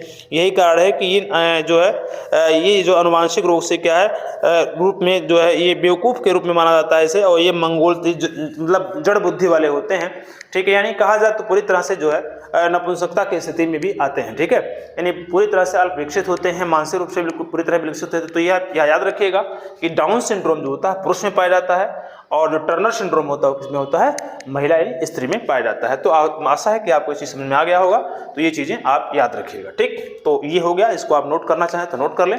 आगे हम बढ़ें, अगले क्वेश्चन की ओर चलते हैं। ठीक है, अगले क्वेश्चन की ओर चलते हैं। कहीं भी अगर समस्याएं हों तो आप बिल्कुल हमारे नंबर पर संपर्क कर सकते हैं और हमसे इसका PDF ले सकते हैं। चलिए आते हैं, हम बात करते हैं तीसरे नंबर की, चौथे नंबर क्वेश्चन की बात कर लेते हैं। चौथे नंबर क्वेश्चन की बात करें तो परागण क्या होता है, ये भी एग्जाम में कई बार क्वेश्चन पूछा गया। परागण जो होता है क्या होता है, तो परागण बता दूं मैं। परागण क्या होता है कि पराग कणों का यानी पुंकेसर की उपस्थित जो है, पुंकेसर में उपस्थित जो परागकण होते हैं उनकी वहाँ से निकलकर वर्तिकाग्र पर पहुंचकर उसके निषेचन करने की प्रक्रिया को हम क्या कहते हैं, परागण कहते हैं। यानी परागकण से निकले हुए पुंकेसर से निकले हुए परागकणों का जो है वर्तिकाग्र तक पहुंचकर उसे निषेचन करने की प्रक्रिया को हम क्या कहते हैं, परागण कहते हैं। इनके प्रमुख प्रकारों का वर्णन करना है तो प्रमुख प्रकारों का वर्णन तो यहाँ लिख नहीं सकता मैं, लेकिन आप लोग बता दे रहा हूँ। इनमें जो होता है, एक होता है स्वपरागण, एक होता है परपरागण और एक होता है कृत्रिम परागण होता है। ठीक है, स्वपरागण, परपरागण और देखा जाए तो क्या कृत्रिम परागण होगा। स्वपरागण का मतलब ही होता है जो स्वयं में परागित होते हैं, स्वयं में जो परागित होते हैं उसे हम स्वपरागण कहते हैं। परपरागण जैसे क्या होता है, परपरागण में तमाम है, वायु परागण है, कीट परागण है, जल परागण है। ठीक है, जल द्वारा, कीट द्वारा, हवा द्वारा, ये सब अगर द्वारा होता है तो इसे क्या कहते हैं जरा बताइएगा। ऐसे हम परपरागण कहते हैं। और कृत्रिम परागण में क्या होता है, उसमें जो है इसको मैं पूरी तरह से बताया भी हूँ, आप लोग जाकर के प्रदीप क्लासेस का चैनल देखिएगा तो उसमें आपको पूरी तरह बताया हूँ कि कृत्रिम परागण में क्या करते हैं। जब ऐसे मतलब फूल या ऐसे पौधे का विकास अगर वो पूरी तरह से बेकार प्रजाति का है या खराब प्रजाति का, तो उसमें क्या निषेचन की प्रक्रिया के लिए उसके जो पुंकेसर होते हैं पहले काट देते हैं। पुंकेसर जब वो विकसित होता है, खिलता काट देते हैं और उसके वर्तिकाग्र को रहने देते हैं। वर्तिकाग्र पर जो है कुछ नए जो है या अच्छे नस्ल के जो परागकण होते हैं वहाँ पुंकेसर से निकाल करके ला करके इस पर क्या डाल दिया जाता है, जिससे क्या निषेचन की प्रक्रिया पूर्ण होती है। तो ये कृत्रिम परागण के अंतर्गत क्या है आता है। तो यहाँ पर आप लिख लीजिएगा स्वपरागण, परपरागण और क्या है कृत्रिम परागण। उसके विषय में आप जो है कुछ लिख दीजिएगा कि आपका ये क्वेश्चन जो है 3 नंबर का मिलेगा। आप क्या कहते हैं, मानव शुक्राणु का क्या है नामांकित चित्र बनाइए। तो मानव शुक्राणु का नामांकित चित्र क्या करेंगे, आप बना सकते हैं।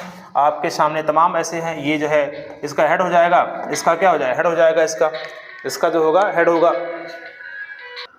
तो मानव शुक्राणु अगर बनाना है तो मानव शुक्राणु में क्या करेंगे, वो तो आप देखे हैं। अगर नहीं देखें तो इस प्रकार से आप देखेंगे, इसकी कैसी एब होगी और यहाँ देखा जाए तो एक नेक गर्दन हो जाएगा, चीज़ें नेक होता है और फिर इसके बाद में जो होता है इसमें टेल होता है, पूँछ होता है। इस प्रकार से देखें तो ये पूँछ होता है। इस प्रकार से आप इसको बना सकते हैं। इसमें आपका इस प्रकार से DNA होता है, इस प्रकार से देखेंगे आप तो इस प्रकार से बनेगा होगा। और यहाँ पर देखेंगे हल्का सा ये पॉइंट आगे होता है और बीच में जो है न्यूक्लिक टाइप होती है, नाभिक टाइप होती है। तो इस चीज़ को आप थोड़ा सा क्या ध्यान दे सकते हैं। वैसे भी आप जो है इसको किताब बनाया होगा तो इसे हम क्या कर सकते हैं, इसे मूछ टेल बोलेंगे, इसे मध्य यानी गर्दन बोलेंगे, इसे क्या हेड बोलेंगे, सिर बोलेंगे। इस प्रकार से आप क्या करेंगे, इसका नामांकित सहित क्या वर्णन करना, मतलब नामांकित चित्र बनाना और प्रत्येक जितने पार्ट उसमें होते हैं सबका क्या करना है, वर्णन करना। ठीक है, सबका क्या करना, वर्णन करना है। तो उसमें आप देख लीजिएगा और उसको आप जाके देख लीजिएगा। ठीक है, आते हैं पात्र निषेचन की बात कर लेते हैं, IVF की बात कर लेते हैं। IVF क्या है, ठीक है, IVF क्या है, इनको लेकर के हम चर्चा कर लेते हैं। ठीक है, तो जो IVF है वो कृत्रिम विधि से क्या है,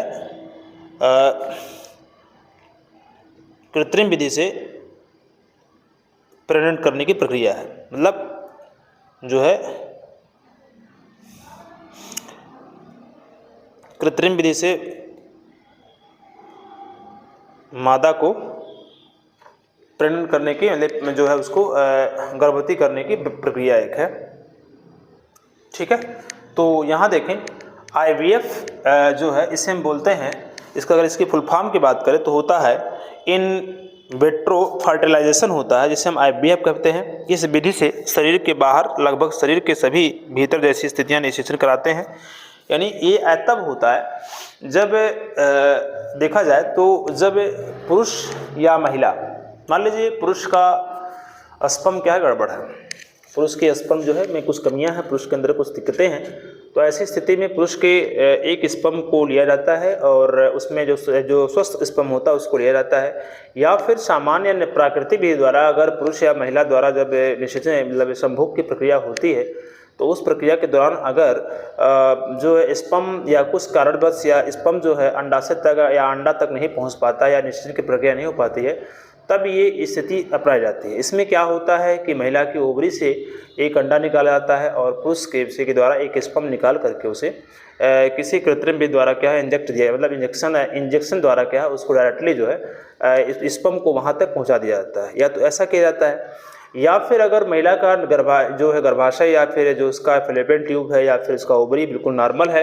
उनमें कोई दिक्कतें उनकी कोई समस्याएं नहीं हैं, तो ऐसी स्थिति में जो है अगर कोई समस्या नहीं है तो ऐसी स्थिति में जो है पुरुष का स्पर्म निकाल कर डायरेक्टली जो है उसकी जो है डिम्बानी या फिर यूँ कहा जाए उसके जब जैसे अंडा जो है फैलोपियन ट्यूब में पहुंचता है, डायरेक्ट क्या है अंडे से उसका संसर्ग करा दिया जाता है, नहीं मिला जाता है। तो ये चीज़ें होती हैं। तो इसमें IVF में अगर देखा तो कई तकनीकी हैं, कई प्रकार की तकनीकी, जैसे क्या होता है टेस्ट ट्यूब बेबी होता है, जैसे हम परख नली क्या कहते हैं सिस कहते हैं, और इसे हम क्या कहते हैं पात्री निषेचन के द्वारा ही क्या होता है ये पूर्ण होता है। और इसके लिए सर्वप्रथम जो है एक महिला उत्पन्न हुई थी जो इंग्लैंड की वो जो शहर की थी, जिसमें नाम लेस्ली और गिलबर्ट ब्राउन नामक दंपत्ति द्वारा जो है प्रथम प्रणाली से उसका निर्माण किया था, जिसका नाम था लुइस जाय ब्राउन। लुइस जाय जो ब्राउन थी ये पहली जो है लड़की थी जिसको जो है टेस्ट ट्यूब बेबी द्वारा क्या है इसको प्रणाली शिशु द्वारा जो है इसको उत्पन्न किया गया था। ठीक है, तो इनको आप याद रख सकते हैं, इनको आप क्या है याद रख सकते हैं। तो ये चीज़ें होती हैं, और बाकी आप जो है एकेडमिक क्लास देखिएगा तो वहाँ आपको मिल जाएगा। तो इस पेपर को आप इसी प्रकार से तैयार रखें। मेरा मतलब है कि पेपर के जो क्वेश्चन हैं इनको आप थोड़ा सा याद रखें। जीनोटाइप और फिनोटाइप क्या होता है, जीनोटाइप एंड फिनोटाइप को देख लेते हैं। एक लक्षण के रूप में होता है, ठीक है, जो कि पौधों का एक जो मेंडल ने बताया था, मेंडल के अकॉर्डिंग इसमें देखा जाए तो जीनोटाइप फिनोटाइप होता है। ठीक है, तो ये बता रहे हैं क्या होता है, देख लीजिए इसको। तो जीनोटाइप होता है, उस जीनोटाइप को हम बोलते हैं जीन रूप बोलते हैं। जीनोटाइप को क्या कहते हैं, जीनोटाइप को जीन रूप बोलते हैं, और फिनोटाइप को लक्षण प्रारूप बोलते हैं। ठीक है, क्या बोल देंगे, जीनोटाइप को क्या बोलेंगे, जीनोटाइप को जो बोलते हैं सॉरी देखिए जरा इसको, हाँ जीनोटाइप को क्या कहेंगे, इसे जीन रूप कहते हैं, इसे क्या कहेंगे जीन रूप कहेंगे, और इसे क्या कहते हैं लक्षण रूप कहते हैं, इसे क्या कहते हैं लक्षण रूप कहते हैं। लक्षण रूप जैसे आप कोई चीज़ अगर प्रदर्शित करना है, प्रदर्शित मतलब जैसे मान लीजिए कैपिटल टी है स्मॉल टी है, ठीक है, इस प्रकार से जीन रूप अगर प्रदर्शित करना है तो उसे क्या कहते हैं जीनोटाइप कहते हैं, उसे क्या कहेंगे जीनोटाइप। से मटर की जो लंबे पौधे या का जीन प्रारूप अगर देखा टी होगा, ठीक है,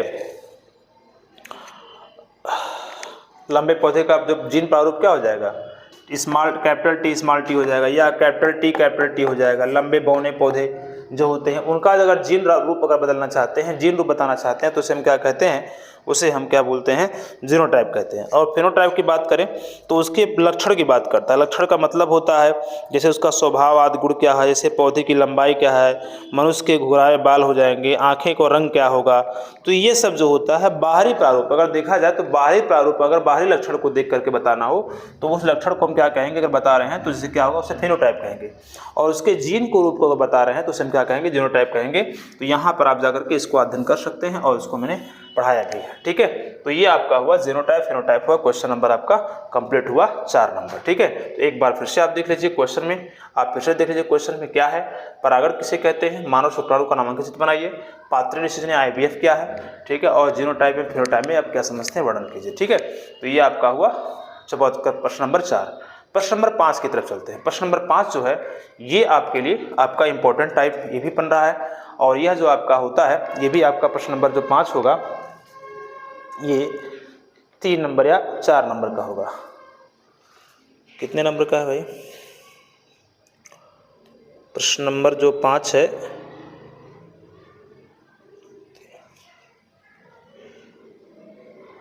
प्रश्न नंबर 5 आपका 3 नंबर का होगा। प्रश्न नंबर 5 और प्रश्न नंबर 6 जो होगा वो 3 नंबर का होगा, तो ये भी 3 नंबर का है। ठीक है, प्रश्न नंबर 6 भी आपका 3 नंबर का होगा, और प्रश्न नंबर 7 और 8 और 9 जो होंगे ये सब 5 नंबर के हो जाएंगे। थोड़ा सा इसको देख लेते हैं 5 नंबर क्या है। क्वेश्चन को फिलहाल देखिएगा, बाकी हम पढ़ाए हैं उसमें जाकर के आप देख सकते हैं। अनुवांशिक कूट या जेनेटिक कोड क्या है? अनुवांशिक कूट और जेनेटिक कोड क्या है?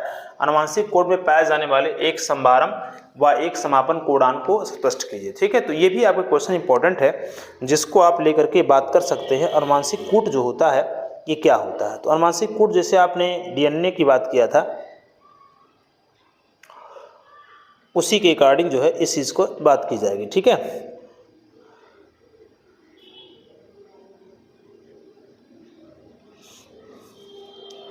तो अनुवांशिक कोड या जेनेटिक जो कोड है ये डीएनए अणुओं में स्थित नाइट्रोजन क्षारकों का वह एक अनुक्रम होता है जिसमें प्रोटीन अणुओं के संश्लेषण के लिए संदेश निहित रहते हैं। ठीक है, ये डीएनए अणुओं का क्या है, एक स्थित जो नाइट्रोजन क्षारक हैं उनमें एक अनुक्रम है जिसमें प्रोटीन संश्लेषण के लिए क्या होता है, निहित होता है। इसमें कोडान होता है, एंटी कोडान होता है, त्रिक कोड होता है, ये सब होते हैं इसमें। तो इसको आप याद रखिएगा। ठीक है, तो क्योंकि अगर इस सब का वर्णन किया जाए तो बहुत टाइम लग जाएगा, इसीलिए जो है इसको आप थोड़ा सा अपने किताबों में देखिए और इसको क्या ढूंढ करके क्वेश्चन निकालने का प्रयास कीजिए। ठीक है, आगे चलते हैं। उत्परिवर्तन का संक्षिप्त टिप्पणी लिखिए। उत्परिवर्तन देखिए ये भी क्या है, विकास चैप्टर से लिया गया है। किससे लिया गया है? विकास चैप्टर से इसको लिया गया है। ठीक है, तो उत्परिवर्तन क्या है? उत्परिवर्तन शब्द ही आपको बता रहा है कि क्या चीज़ें हैं। अगर इसको आप देखें तो एकदम बिल्कुल जो है इसको जो है बता सकते हैं। तो इसमें जो है हुंगो डी जो है ब्रिज एक नाम के जो है हाईलैंड के एक प्रसिद्ध वनस्पति वैज्ञानिक थे जिन्होंने सबसे पहले जो है इसके विषय में बताया था, इसका जो अध्ययन किया था। ठीक है, तो इसमें आप जाकर के उत्परिवर्तन को देखेंगे, इसका एक टिप्पणी लिखिएगा। और बहुत ज़्यादा इसका मतलब नहीं है, थोड़ा सा हमने दे दिया है लेकिन एग्जाम में उतना पूछा नहीं जाता है। अभी तक जो है ये 2-3 बार आया है लेकिन आ भी सकता है पेपर में, थोड़ा सा इसको आप देख लीजिएगा अपनी तरफ से। ठीक है, और इसमें आते हैं आवृत बीजी पौधे में डिलिनेशन किस प्रकार से होता है, उनकी क्रियाविधि का वर्णन कीजिए। ये भी आपको देखा जाए तो आप इनको आवृत बीजी पौधे में डिलिनेशन किस प्रकार से होता है इसका मैं पुष्प पौधों में लैंगिक जनन की प्रक्रिया को मैंने पढ़ाया है कि ये वर्तिकाग्र होता है। वर्तिकाग्र में जब वर्तिकाग्र में उपस्थित जो लिक्विड होते हैं, द्रव होते हैं, उससे जो वो क्या है परागकण जब फूलता है तो फूल बाद अंकुरित होता है। अंकुरित होने के बाद उसमें स्पर्म सेल होते हैं, वो पोलन ट्यूब द्वारा कहाँ पहुँचते हैं, वो अंडाशय तक पहुँचते हैं। अंडाशय में जाकर के दोबारा डिसीजन करते हैं। तो ये प्रक्रिया हमने बताई है, जाकर के उसको आप जो है एक बार देखेंगे तो ऑटोमेटिक सब कुछ हो जाएगा। हसियाकार उधरण या एनीमिया पर टिप्पणी लिखिए। तो हसियाकार उधरण मतलब एनीमिया जो एक प्रकार का रोग है जो कि पीढ़ी दर पीढ़ी व्यक्ति के अंदर क्या होता चला आता है, तो इसको भी आप जाकर के देखेंगे तो इसको आपको मिल जाएगा। तो ये चीज़ें आप याद रखिएगा। ये 4 क्वेश्चन जो आपके दिए गए हैं इसमें आपका ये जो आपका आवृत बीजी पौधा और हसियाकार, चूँकि ये एनीमिया उतना आता नहीं है लेकिन उत्परिवर्तन का सिद्धांत आप देख लीजिएगा और आवृत बीजी पौधे में डिलिनेशन की प्रक्रिया, इन दोनों को जो है थोड़ा देख लीजिए किस प्रकार से होता है, ये आप जो है पूरी तरह से पढ़ सकते हैं। ठीक है, आगे चलें। आगे चलने के क्रम में 6वें नंबर की बात करते हैं हम लोग। निम्न पर संक्षिप्त टिप्पणी लिखिए। अनुलेखन क्या है, बहुरूपता क्या, स्थानांतरण क्या है, इनको आप थोड़ा देख लीजिएगा। किस प्रकार किसी आवृत बीजी पुष्प का सचित्र वर्णन करना, सचित्र वर्णन करना, इसको भी मैंने पढ़ाया है, जाकर के वहाँ देखेंगे तो आपको मिलेगा। आवृत बीजी जो पुष्प होते हैं इसमें क्या है, पुंकेसर है, फिर बाह्यदलपुंज हो गया, दलपुंज हो गया, परिदलपुंज हो गया, फिर उसका पुंकेसर का भाग हो गया, फिर जयांग का भाग हो गया। तो ये सब चीज़ों को मैंने बताया था। और इसमें 4 चक्र 2 भाग होते हैं। 4 चक्र में देखा जाए तो मैंने बता दिया कि बाह्यदल हो गया, फिर क्या है दलपुंज हो गया, फिर उसके बाद में परिदलपुंज होता है, फिर उसके बाद में फिर उस पर पुंकेसर होता है, फिर जयांग की प्रक्रिया होती है। अगर देखा 2 भाग होते हैं, 2 भाग मतलब होता है एक मतलब जनन जो पार्ट होते हैं वो होते हैं जैसे जिसमें नर जननांग और मादा जननांग आता है पुष्प में, और एक जो होता है उसका सहायक जो होते हैं, जैसे मान लीजिए उसके बाह्यदलपुंज हो गए, उसके हमें उसका जो है दलपुंज हो गया, ये सब जो होते हैं ये उसके 2 भाग होते हैं। तो इनको आप जो है तैयार कर सकते हैं। पीले बीज लंबे पौधे, पीले बीज क्या है, लंबे पौधे का संकरण हरे बीज लंबे पौधे से कराने पर क्या है, किस प्रकार का फिनोटाइप्स की आशा की जा सकती है। फिनोटाइप मतलब हो गया क्या, जीनोटाइप मतलब जीन का प्रारूप होता है, फिनोटाइप मतलब उसका लक्षण, किस प्रकार का लक्षण प्राप्त होगा। तो इसको क्या है, नंबर 1 क्या है, लंबे व हरे, और दूसरा होता है बौने व एवं हरे। ठीक है, इनको आपको क्या करना है, पूरी तरह से इसको क्या करना है, उसको आपको क्या करना है, बनाना है। इसको ग्राफ के द्वारा जो है इसको समझा देना है, और इसको आप समझा भी सकते हैं, कोई दिक्कत इसमें नहीं होगी। ठीक है, चलिए आगे चलें। और आगे चलने के क्रम में देखा जाए तो हम बात करते हैं क्वेश्चन नंबर 6 को लेकर के, क्वेश्चन नंबर 6 को लेकर के बात कर लिया जाए।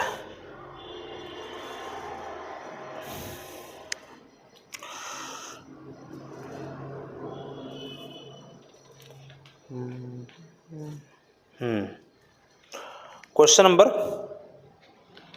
6 पे चलें कि भी बचा हुआ, हाँ बचा हुआ। जनसंख्या विस्फोट एवं जन्म नियंत्रण पर निबंध लिखिए।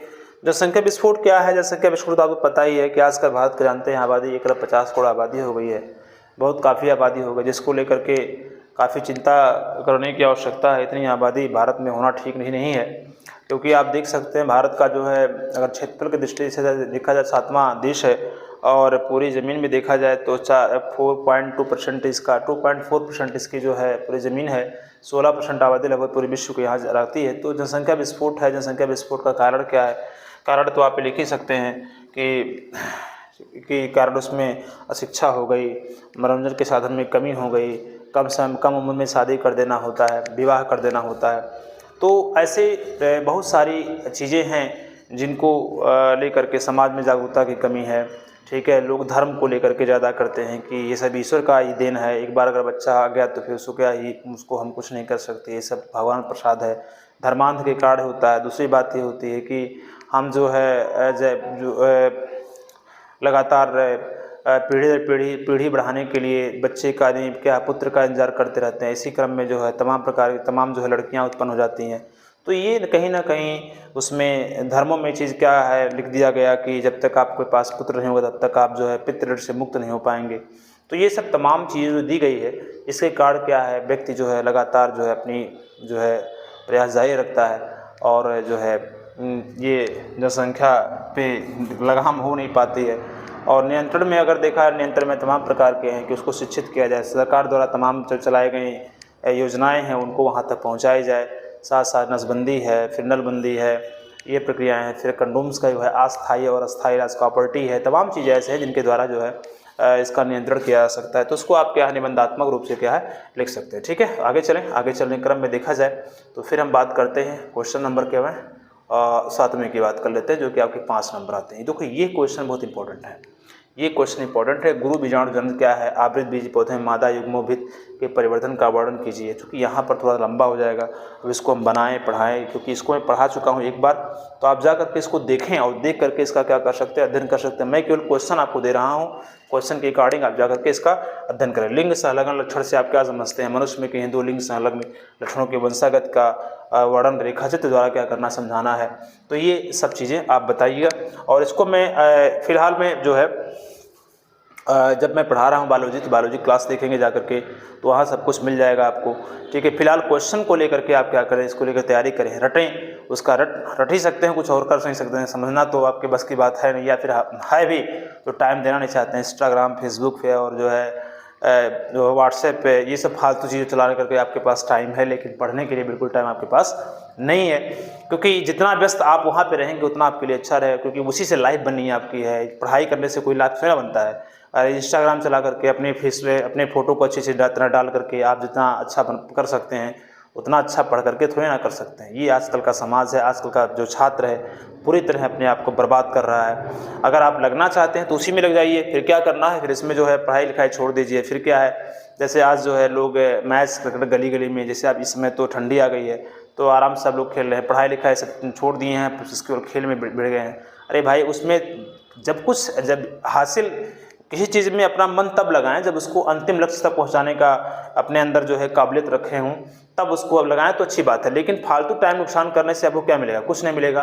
केवल और केवल क्या है, ओनली आपको असफलता हाथ मिलेगी। इसलिए तो बहुत ज़्यादा आप इस चीज़ पर ना लग करके अपनी पढ़ाई पे ध्यान दें, अपने जीवन के लिए कुछ करें, या फिर अपने आप को उस पर स्टैंड बनाएं, जिससे क्या हो कि आप अपने जीवन को सफल बना सकें, आने वाली पीढ़ी को कुछ संदेश दे सकें।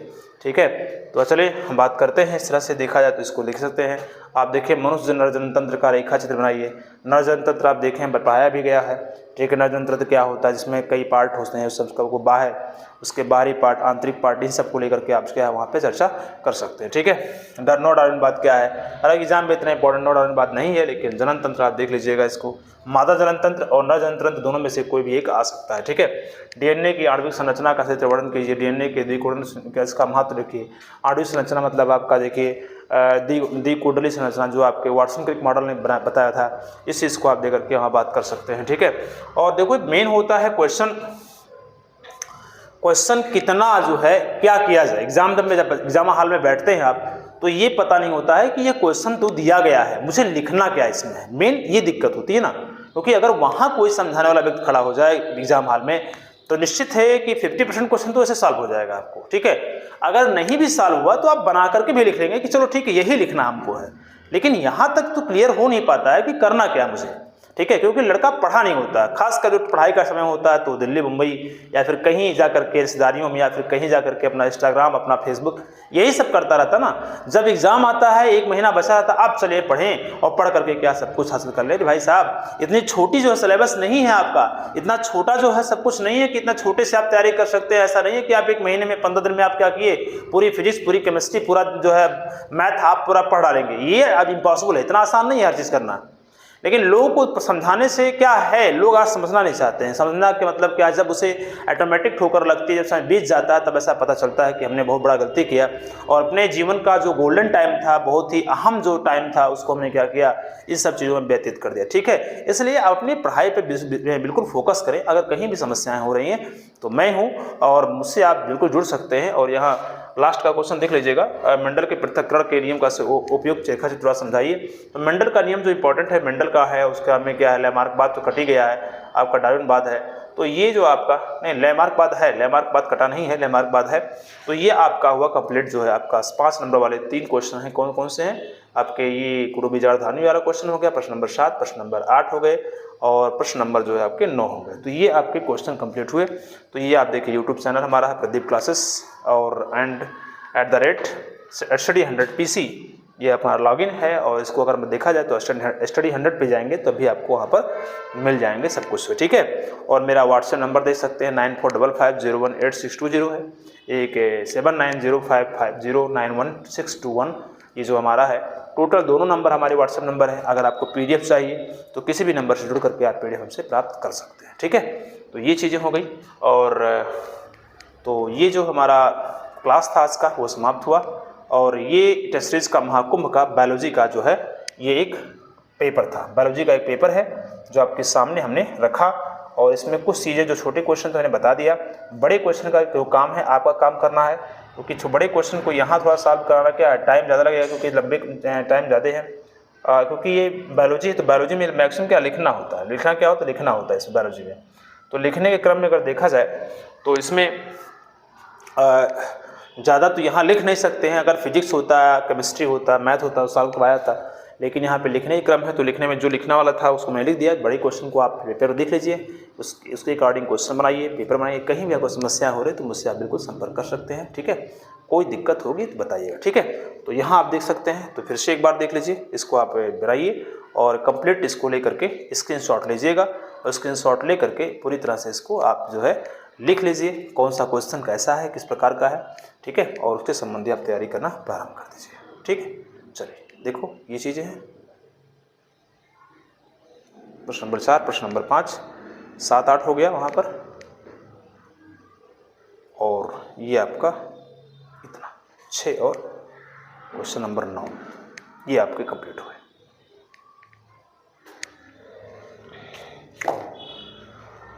तो आशा है आज का वीडियो आपको समझ में आया होगा, अच्छा भी लगा होगा। ठीक है, तो अगर वीडियो समझ में आ रहा है तो लाइक करें, शेयर करें, सब्सक्राइब करें और मैक्सिमम लोगों तक पहुंचाने का प्रयास करें। Study100 मेरा नया चैनल है अभी। ठीक है, अभी तो फिलहाल पुराना चैनल चल रहा है, तो आप ही लोगों के हाथ में है सब कुछ करना, बहुत करना। तो आप लोगों तक शेयर जरूर करें, जिससे क्या हो लोग इसे जुड़ करके अच्छा लाभ क्या है प्राप्त कर सकें। ठीक है, अच्छा लाभ क्या है प्राप्त कर सकें। तो चलें हम आज की बात जो है यहीं पर समाप्त करते हैं और फिर आपसे मुलाकात होती है नेक्स्ट जो है डुबकी में। डुबकी मतलब टेस्ट सीरीज का महाकुंभ चल रहा है, तो उसमें नेक्स्ट डुबकी हर एक मतलब 10 फरवरी से 10 दिसंबर से लेकर के लगा रहे हैं डुबकी, और 10 फरवरी तक लगा रहा है अल्टरनेट डेज।